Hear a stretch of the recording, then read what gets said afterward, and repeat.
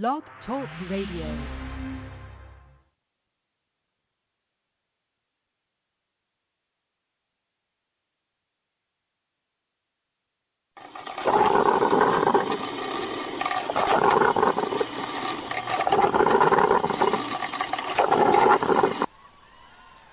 Where not just women are in danger, but all marginalized people. Where being uniquely different right now might truly be considered a crime. It seems as though we had all slipped into a false sense of comfort, that justice would prevail and that good would win in the end. Well, good did not win this election. But good will win in the end. So what today means is that we are far from the end. Today marks the beginning of our story. The revolution starts here. The fight for the right to be free, to be who we are, to be equal. Let's march together through this darkness, and with each step, know that we are not afraid. That we are not alone. That we will not back down. That there is power in our unity, and that no opposing force stands a chance in the face of true solidarity. And to our detractors that insist that this march will never add up to anything. Boston Red here with Friday Java, a weekly magazine of political theory, polling, and commentary. It is part of the appealing history called people that make up this fascinating journey. We are part of the Obama network. For that, we make no apologies. What we pledge to do is give you the facts, unabridged, the history, what body politics is, the most up-to-date theories of political science and psephology. Stay tuned for this incredible ride. Boston Red, peace out. From WBRN Radio in Boston and on the Boston Red Network, Friday Java on the 1st of September 2017. We did an episode on the state of podcasting / internet radio in 2017. I invite you to check that episode out. Very interesting where this particular media is going, called podcasting. Now, podcasting, what it amounts to, we talked about the evolution there. It's going much, much closer to radio. We won't quibble on the semantics. What is radio? What is podcasting?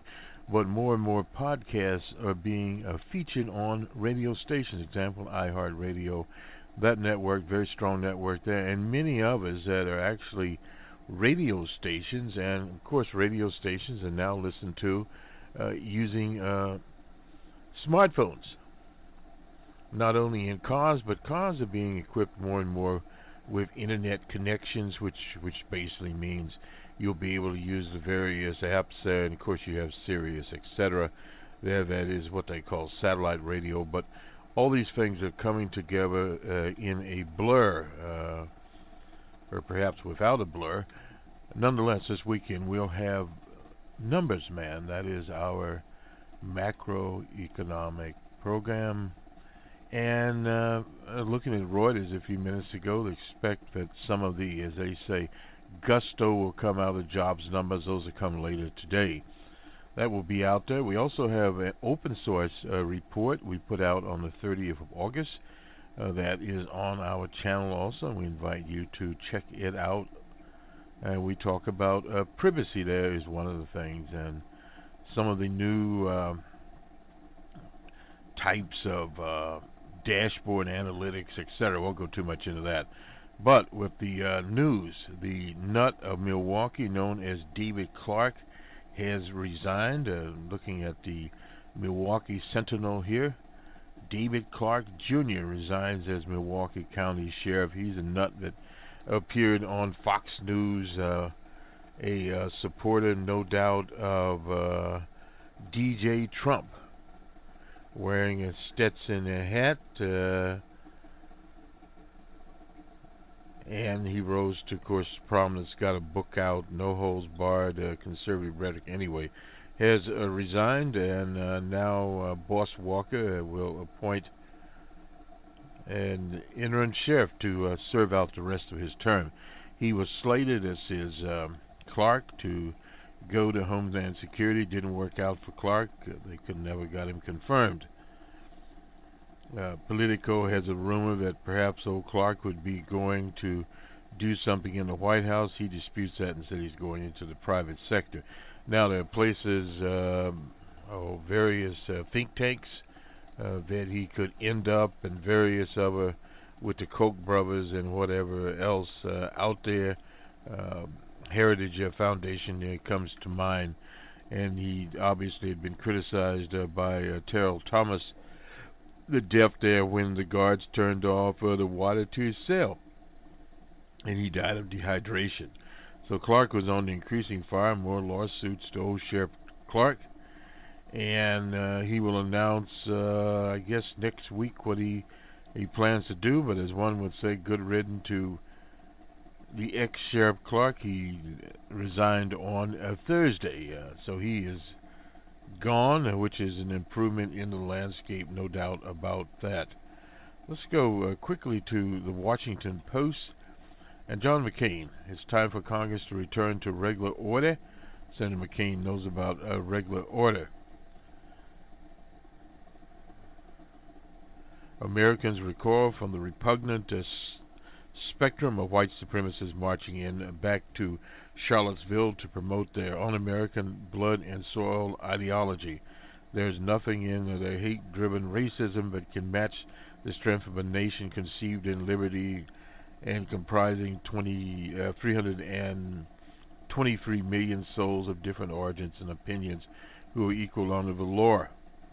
Most of us share Heather Hillier's values and not the depravity of the man that took her life. We are a country that led the free world to victory over fascism and dispatched communism to the ash heap of history, so he thinks. There are superpowers that organize not an empire, we are a superpower, but an international order of free, independent nations that have liberated more people from poverty and tyranny than anyone through the possibility in the age of colonies and autocratics. Our shared values define us in more than our differences, and acknowledging that these shared values, seeing us through our challenges today, we have the wisdom to trust in them again. Congress will return for session next week, facing gridlock as we launch one self-created crisis to another. We are providing inadequate not only to our different problems, proving inadequate, but we are also to routine duties. Our national political campaigns never stop. We seem convinced that a majority exists to impose their will with a few concessions, and minorities exist to prevail, to prevent the party in power from doing anything important. Well, no doubt. That is not how we were meant to govern. Our entire system of government, with its checks and balances, bicameral Congress, it protects the rights of minorities and was designed for compromise. It seldom works as smoothly or speedily. It is never expected to. It requires pragmatic problem solving from even the most passionate partisans. It relies on compromise between opposing parties to protect the interests we share. We can fight like hell for our ideas to prevail, but we have to respect each other, or at least respect the fact that we need each other. That has never been truer than today, when Congress must work with a president who has no experience of public office and is actually poorly informed and can be impulsive, in his speech and conduct. We must respect his authority and constitutional responsibility. Some do, some don't. On that question, we must, where we can, cooperate with him, but we are not his subordinates. We don't answer to him. We answer to the American people, and we must be diligent in discharging our responsibility to serve as a check on his power. We should value our identity as members of Congress more than our partisan affiliations. I argued during the health care debate for return to regular order, letting committees of jurisdiction do the principal work of crafting legislation, and letting the full Senate debate and amend their efforts. We won't settle our differences that way, but such an approach is more likely to make progress on central problems confronting our constituents. We might not like the compromises regular order requires, but we can and we must live with them if we are to find real and lasting solutions. And all of us in Congress have a duty in the sharply polarized atmosphere to understand the necessity of compromise before the American public. Let's try that approach on the budget that realistically meets the nation's critical needs. We all know spending levels for defense and other urgent priorities have been woefully inadequate for years. But we haven't found that the will to work together to adjust them. The appropriators can't complete their spending bill. We are stuck with the threat of a government shutdown. DJ Trump already said that, continuing the resolution that underfunds national security. A compromise that raises spending caps for both sides' priorities is better than an abject failure that has been our achievement to date. Let us try this approach on immigration. The President has promised greater border security. We can agree to that. A literal wall might not be the most effective means to end that, but we can provide the resources necessary to secure the border with smart and affordable measures. Let's make it a part of a comprehensive bill that members of both parties can't get behind. One of our values, one that values our security as well as the humanity of immigrants and of their contributions to the economy and culture. Let's try it on tax reform and infrastructure improvements and all other urgent priorities confronting us. These are opportunities to show that ordinary, decent, and free people can govern competently, respectfully, and humbly, and to prove the values of the United States Congress to the great nation we serve. As John McCain, he is the a senator from Arizona. We talked before here about tech companies and lobbying. Think tank New America Foundation, the think tank founded by Google, is one of its co-founders. Eric Schmidt ousted members of its open market program, anti-monopoly research arm that had widely criticized the web giant's growing power.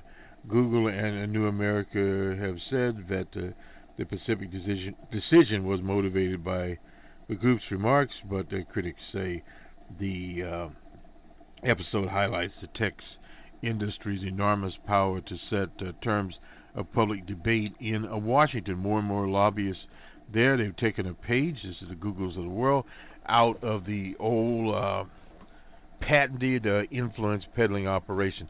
The post-analysis show how broad tech companies' interest has become in the nation capital, according to corporate disclosures that was submitted to the Senate's Office of Public Records and screened by the Center for Responsible Politics.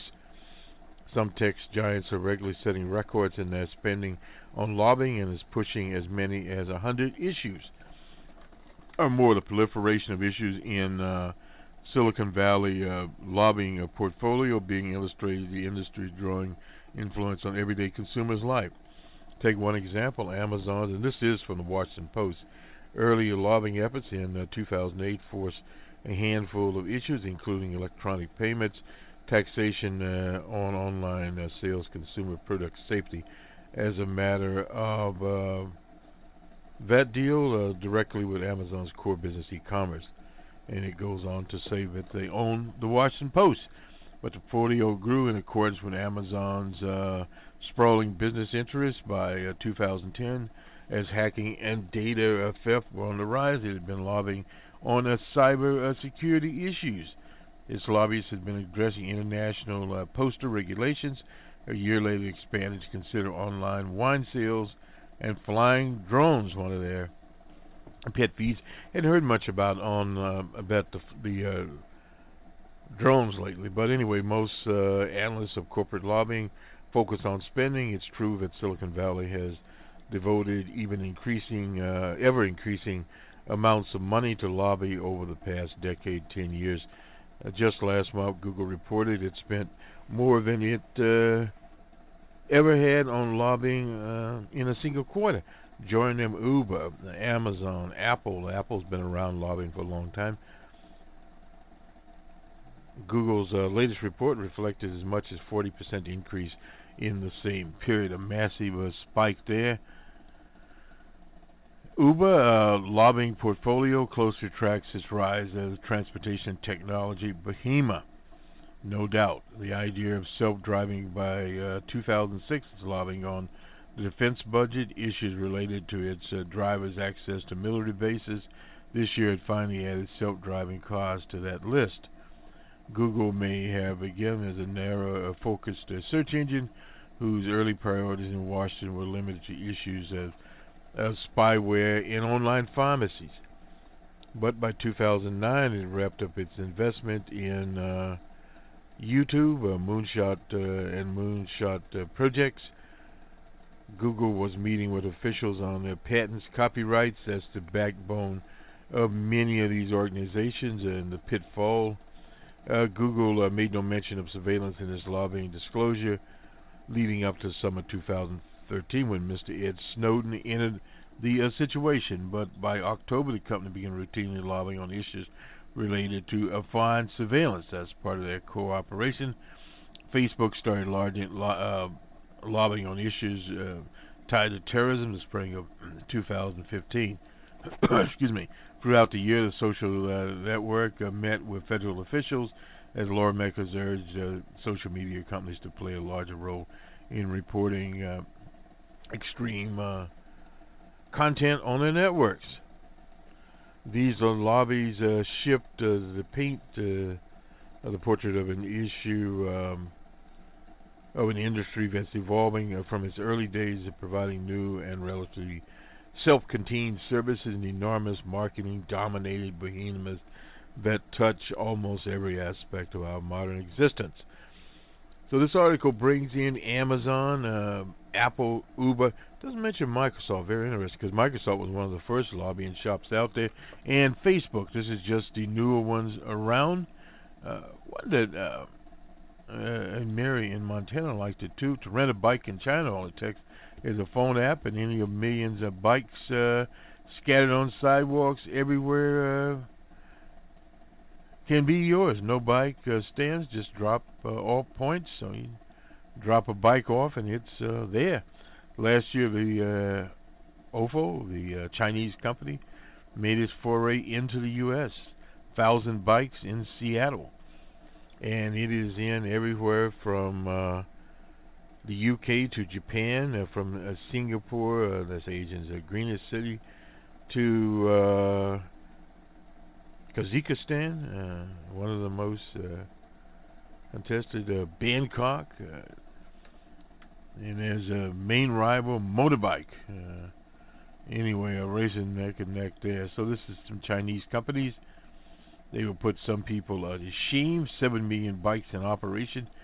to over 150 cities, mostly in China, and about 700 million in investments there. Dubbed the Uber for bikes, they have provided more popular than schemes based on docking stations. Now, in many cities, we see these docking station schemes around. They're very expensive.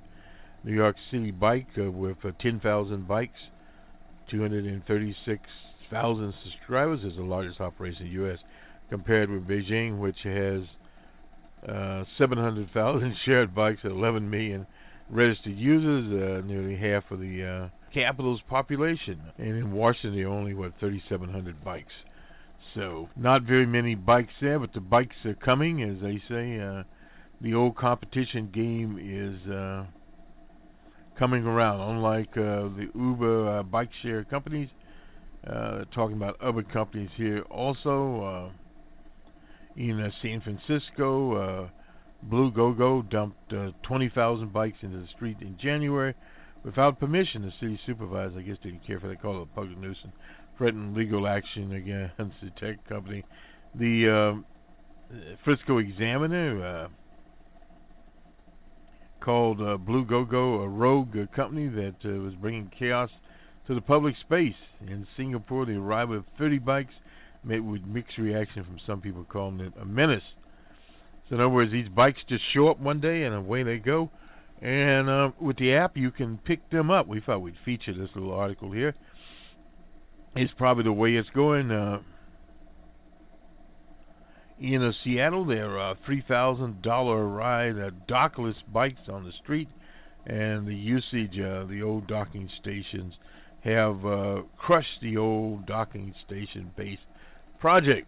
The Seattle Bike Blog talks about that. So, in other words, in various cities where you have these bike docking stations, they'll be short-lived, and that's a good thing in the sense that they charge too damn much money. Now let's head on to the people from the University of Virginia. That is Larry Sabato's shop. When we find Larry.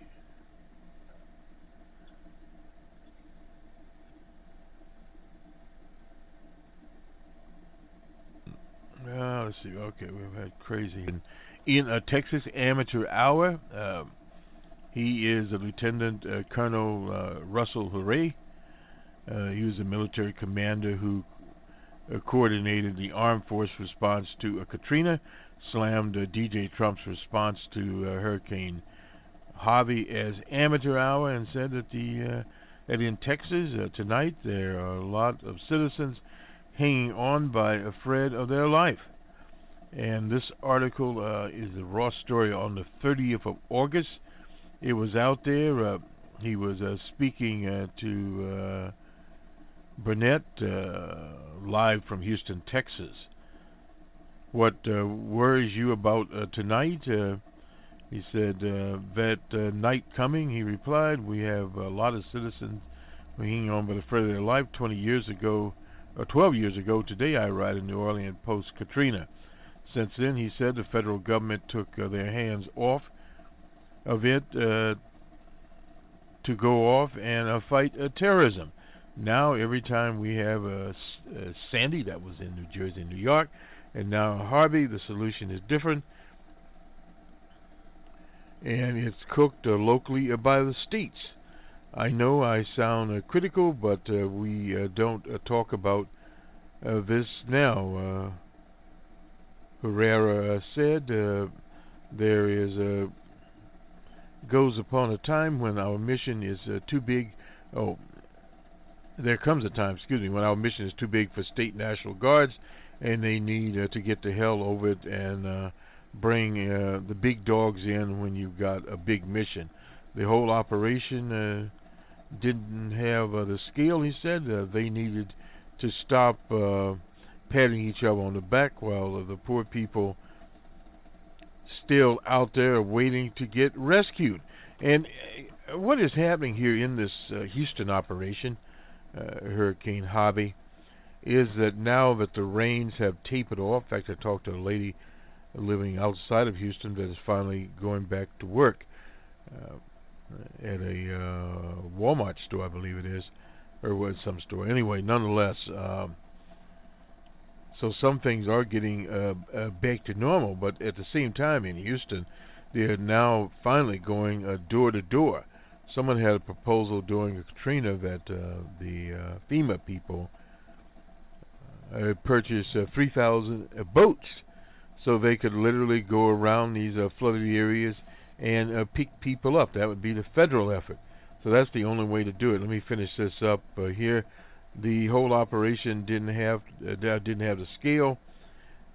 They needed to stop. We did that. The American people have put too much confidence in us. He concluded we have been too successful overseas deploying to come out and amateur hour and incremental deploy the force. You've got to come in big, and you've got to come in. You've got to be there right at the edge of the storm, so you can come in and rescue people. And that is what they're trying to do right now. But that's the city of Houston, and he's correct about that. They don't have the resources there that they actually need to get this done. And I'm glad he is there. General Russell Huare is there, and talking about this. You're going to see more and more of this come up as we move along here. We'll start to see more and more of this in actuality as the storm itself has moved out and get into the rescue and rebuilding part of the operation. And Trump at the same time is talking about rebuilding the damn wall, at least putting up a pilot project. Nonetheless, we've found a transition to the crystal ball. This is from the University of Virginia at Charlottesville. This is Kyle Klondike and Jeffrey Skelly. Oh, well, we're Skelly. Anyway, nonetheless, the politics of disaster, and we evidently got into this just right, throughout the 2,000 plus years, 2,000 plus days, 2,000 plus years of DJ Trump's presidency. It has been common for analysts to say that he is struggling through sub 40% approval ratings, despite not having to reckon with a major non-scandal crisis. Whether that was true before or last week is debatable. Do North Korea provocations count? V.I. Putin incidentally made a statement on that this thing could spread in the Korean Peninsula. And this is part of the problem that you have when you have the type of regime that's in Washington now. That these people, this is sort of like the statement he made that, and this is just rhetoric, that this would be the best recovery possible. How does he know that? DJ Trump never set foot in Houston, Texas. He was in Austin and another place, and as reporters said, there was not any rain where he was. He did not go to the people to show empathy or whatever, period. He just said it was the ratings were there. That's the old proverbial thing, if it bleeds, it leads. And you have floods, crises, etc., and with social media. Dan Rather got his start, incidentally, in covering a huge hurricane. But that was different. The network TV, there was the network news at the time. There weren't the live reports and no social media at all. So that in itself was different. But with this, it was wall to wall. But now, as General Herrera said, we get to the actual nitty-gritty of the situation.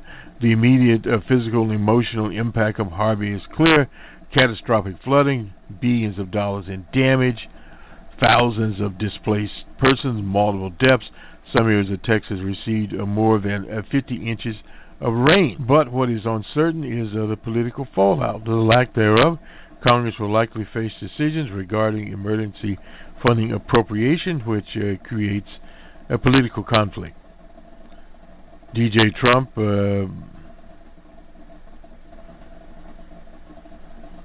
attached criticism from his tweeting during the storm, which included random book plugs. Oh, that's right.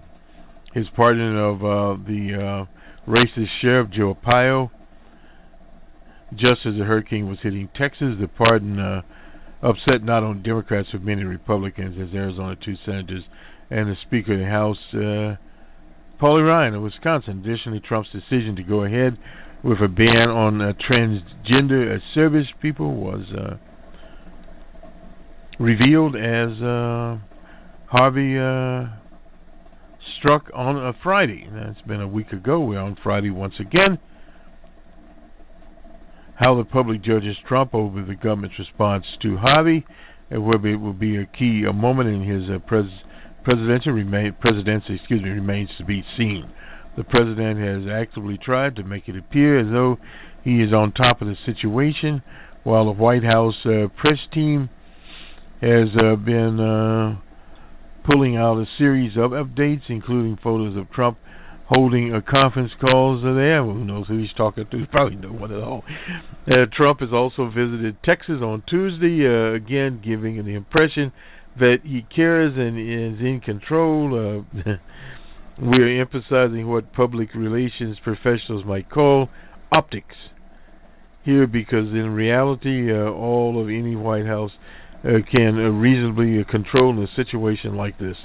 The administration wants to prevent the public from feeling like Trump doesn't sufficiently care, is out of touch.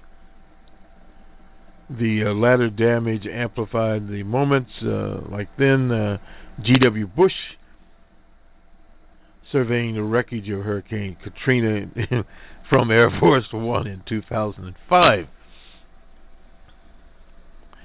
Nonetheless, made him look aloof. Well, he was aloof.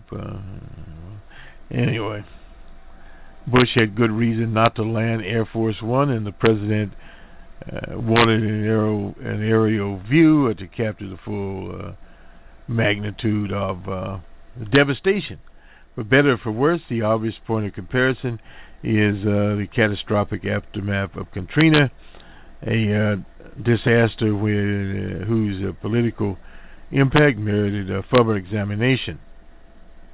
The costliest natural disaster in America's history made its second landfall in Louisiana on the 29th of August 2005. And it was a mess. But how much did the Katrina fiasco hurt Bush in the eyes of the American people? Charles Franklin, who runs the Marquette Law School, recently recapped an analysis undertaken in 2006 to gauge how the storm affected Bush's approval ratings.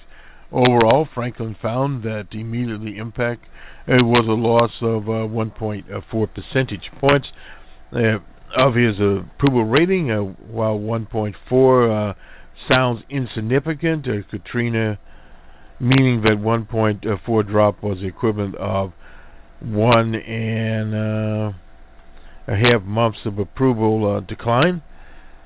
So Bush's approval looked small, but notably took a hit there, no doubt. With eyes on Harvey, Franklin concludes that his recap by pointing out that the lessons of Katrina is the impact may be smaller than might be expected.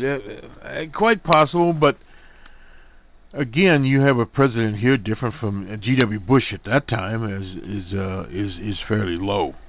Katrina also had to be placed in context with the ongoing 2005-2006.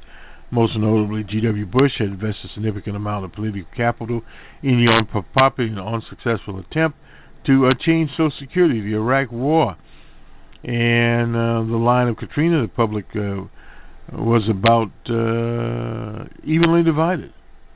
Well, that was a different situation there. Richard Etchenberger of Tufts University and Richard Stroll of Rice University and so forth of Stony Brook offered a 2006 paper that attempted to model Bush's job approval rating from 2001 to 2006, while accounting for a number of variables, including economic conditions, American battle deaths in Iraq, major events such as Katrina, modeling for an entire period, and the war weeks from 2003 to 2005. The end of the analysis for the article, and only the latter did they find a significance of negative coefficient for the Katrina variable. Well, you had a number of things all going at the same time. Based on their work, a 2008 article, Alexander Koffel of Stanford University, Koffel is now at Cornell, suggested that the partisanship could affect the public view of who to blame for a poor government response to a crisis, using a set of several actors for Katrina, including Bush, Kathleen Blanco, if you remember her, she's lost, Mayor Ray Nagin, who's in jail, and Brownie, Michael Brown, as Bush said, was doing a good job when he didn't do a job. He did a job at all. He was asleep at the wheel. The office found that the partisanship affected who people are targeted for blame, with Democrats and Republicans differing significantly. The story found two-thirds of Democrats blamed the Bush administration, while a plurality of Republicans blamed Mayor Nagin. But the office noted that a surprising 21.6% of Republicans found President Bush most to blame. Well, that was at a time when GW was, as they say, going downhill. On one hand, this suggests Trump could lose some Republican support if he gets broad negative views on his performance and hobby. Well, part of the problem right now is sort of covered up. We have Hurricane Harvey there, but at the same time, we're now beginning to see the full picture of death and destruction, actually, because when DJ Trump was there, the rain and stuff was still going on. That was on Tuesday. He should have waited actually till today to arrive there, but he did not. So that in itself caused some problems. Andrew Healy of Loyola Marymount University and the aforementioned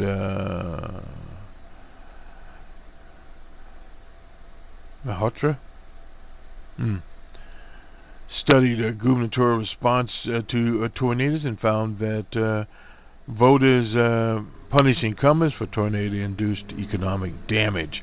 Well, I don't know if that'll happen to Wheelchair Abbott. I doubt it. There, anecdotally, the perception or reality of strong response to a national disaster can help an incumbent governor in his or her re-election. Joplin, Missouri, remember that? President Obama was involved there. The then governor, Jay Nixon, was widely credited with leading an effective effort. It seemed possible that the response helped Nixon at the polls when he ran for his second term. He was elected, of course, he was term limited out. Nixon's statewide margin of victory fell from 19 in 2008 to 12 points in 2012. This meant with Barack Obama running for re-election, there's some situation there. The Show Me State in 2008, then abandoned it 4 years later, actually improved on his 2008 margins in Jasper by 9 points, in Newton by 6 points there. Joplin is located. It's possible, not coincidental, that those who were two counties in southwest Missouri where he improved.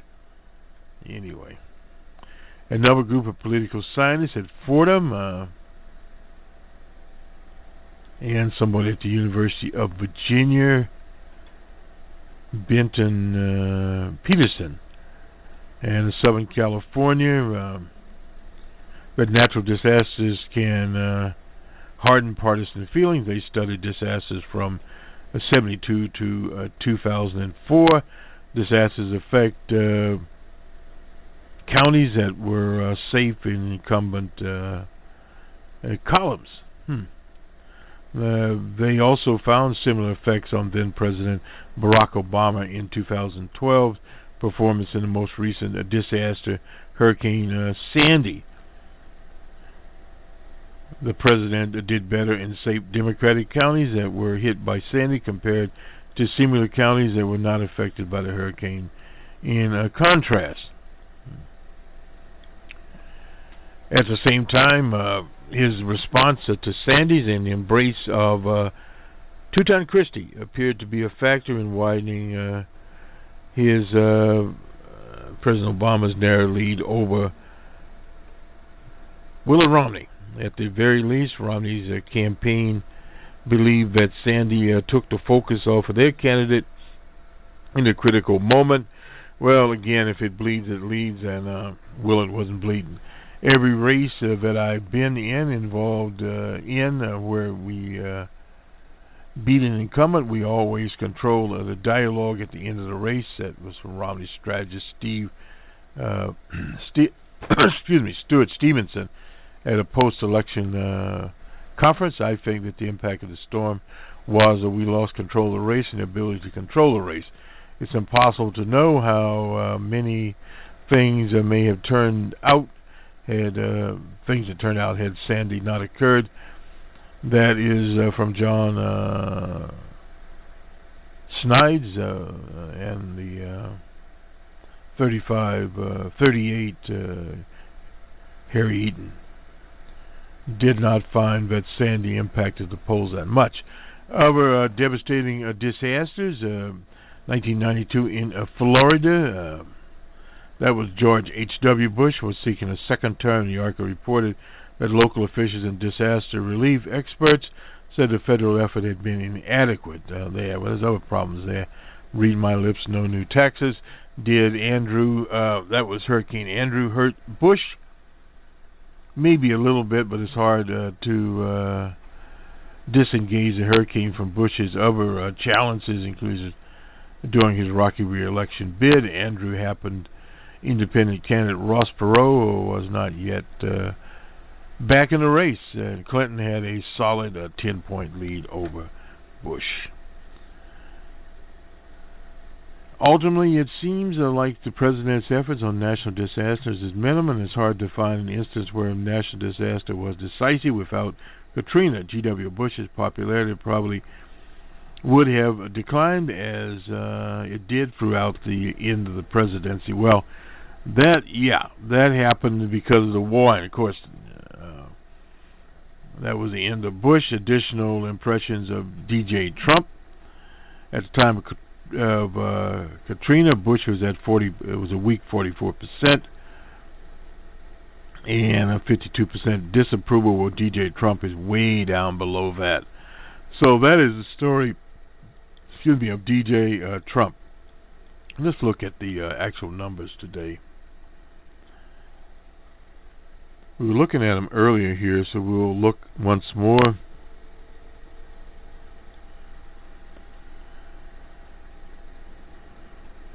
Well, in Gallup, that was on Thursday. The Gallup poll. D.J. Trump at 34%. I believe last night we reported Fox News on Wednesday had him at 41%, Reuters at 37%, YouGov at 40%. Yeah, pretty much